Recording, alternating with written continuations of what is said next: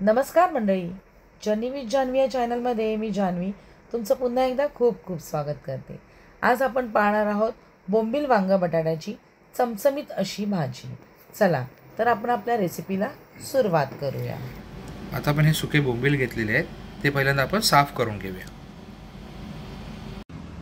आता अशा प्रकारे आपले हे बोंबील सगळे साफ करून झालेले आहेत। आपण एका बोंबलाचे 2 तुकडे करून घेतलेले आहेत। आता हे बोंबील आपण गरम पाण्यामध्ये टाकून घेऊया, जेणेकरून त्यावर असलेली माती धूळ सगळी निघून जाईल आणि ते छान भिजले सुद्धा जातील आणि त्यातली घाण सुद्धा निघून जाईल।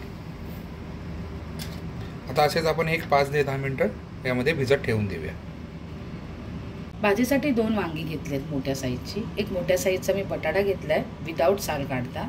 त्याचबरोबर फोडणीसाठी मी 7-8 पाकळ्या लसूण घेतले, एक मोठ्या साईजचा टोमॅटो घेतलाय, 2 मोठे कांदे घेतलेत बारीक चिरून, कोथिंबीर घेतलेली आहे आणि 2 हिरव्या मिरच्या घेतल्यात। आता आपण सुरुवातीला तेल तापत ठेवले, मी 2 ते 3 चमचे तेल घेतले।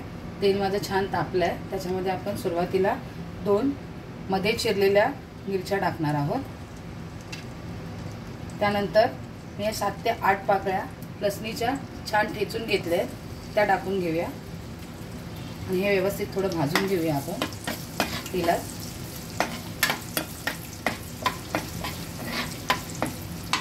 आता आपण कांदे टाकून घेऊया।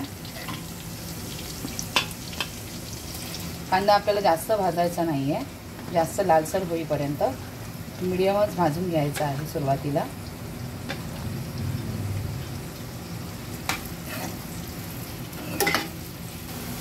पाहू शकता कांदा छान आपला भाजला गेला आहे। आता आपण याच्यामध्ये अर्धा चमचा हळद टाकणार आहोत। त्यानंतर मी बाजारातून कोळी मसाला घेऊन आली होती स्पेशल ह्या भाजीसाठी। मी हे 2 चमचे भरून व्यवस्थित कोळी मसाला टाकणार आहे। तुम्हाला जर कोळी मसाला नसेल टाकायचा तर आपला मालवणी मसाला सुद्धा तुम्ही टाकू शकता। हे छान व्यवस्थित आपण एकजीव करून घेऊया। मी हा कोळी मसाला यासाठी टाकला कारण की ही जी रेसिपी आहे ही प्रॉपर कोळी लोकांसाठी स्पेशालिटी आहे, म्हणून मी कोळी मसाला घेतलाय। आपला मालवणी मसाला सुद्धा आपण टाकू शकतो, पण कोळी मसाला टाकल्यामुळे याची जरा चव चांगली येते। हे आपण छान आता एकजीव करून घेतलेलं आहे। आपण आता ह्याच्यामध्ये टाकणार आहोत वांगा आणि बटाटा। मी वांग बटाटा 1 ते 2 पाण्यामध्ये छान व्यवस्थित धुवून घेतलं होतं।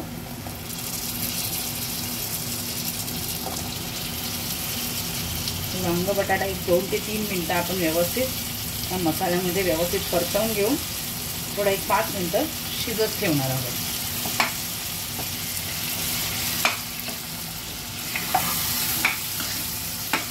पाहू शकता कोळी मसाल्यामुळे रंग खूप छान आलाय। व्यवस्थित आता आपण एकजीव करून घेतलाय। याला आता आपण विदाउट पाणी वाफेवरच 1 ते 2 मिनिटं छान झाकण लावून शिजवून घेऊया।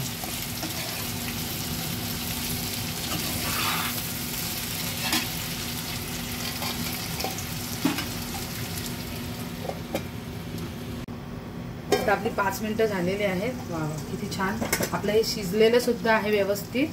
तुम्ही पाहू शकता छान शिजलेत आपले हे बटाटा आणि वांग। आता याच्यामध्ये आपण धुवून घेतलेले बोंबील टाकणार आहोत।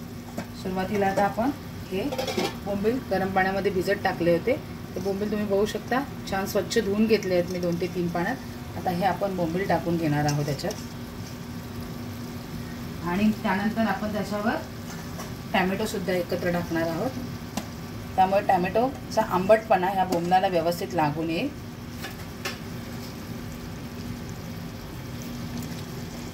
हे छान व्यवस्थित एकजीव करून घेऊया आपण भाजीमध्ये। तुम्ही पाहू शकता बटाटा सुद्धा आपला छान शिजला गेला आहे। हे बघा, हे आपण 5 मिनिटं मगाशी विदाउट पाणी झाकून ठेवलं होतं, त्यातच आपला बटाटा आणि वांग छान शिजलं गेलं आहे। आता आपण 2 ते 3 मिनिटं परत हे झाकून ठेवणार आहोत मंद आचेवर आणि हे शिजून घेऊया।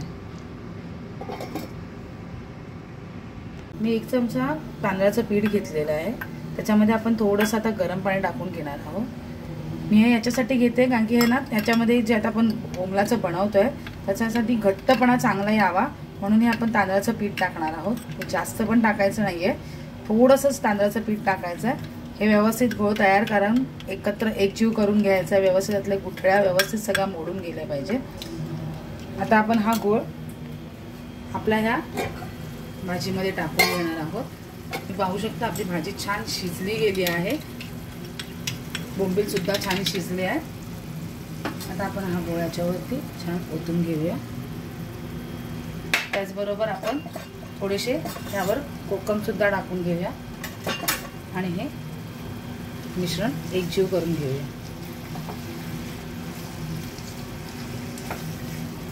हे जास्त हाताने हलवत नाही राहायचं, कारण की नाहीतर मग ते सगळं चुरून होऊन जाईल. आता आपण ह्याच्यावरती चवीनुसार मीठ टाकणार आहोत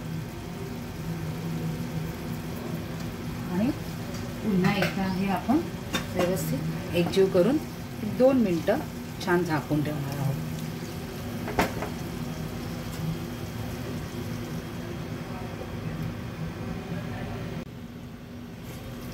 आता ही आपली भाजी छान शिजून रेडी झालेली आहे. आता याच्यावरती आपण कोथिंबीर टाकू. तुम्ही पाहू शकता तर्रीसुद्धा छान आली आहे याच्यामध्ये. याच्यावर आपण आता कोथिंबीर भुरभुरून घेऊया आणि आता आपण ही सर्व करून घेऊया. तुम्हाला माझी ही रेसिपी कशी वाटली ही मला नक्की कमेंट करून तुम्ही कळवा. मी आता ही सर्व करून तुम्हाला दाखवते. अशा पद्धतीने आपली ही बोंबील, बटाटा आणि वांग्याची भाजी तयार झाली आहे. कशी वाटली तुम्हाला ही भाजी? एकदा तुम्ही ही आपल्या पद्धतीने भाजी करून बघा. तुम्हाला नक्कीच 2 घास जास्त जातील.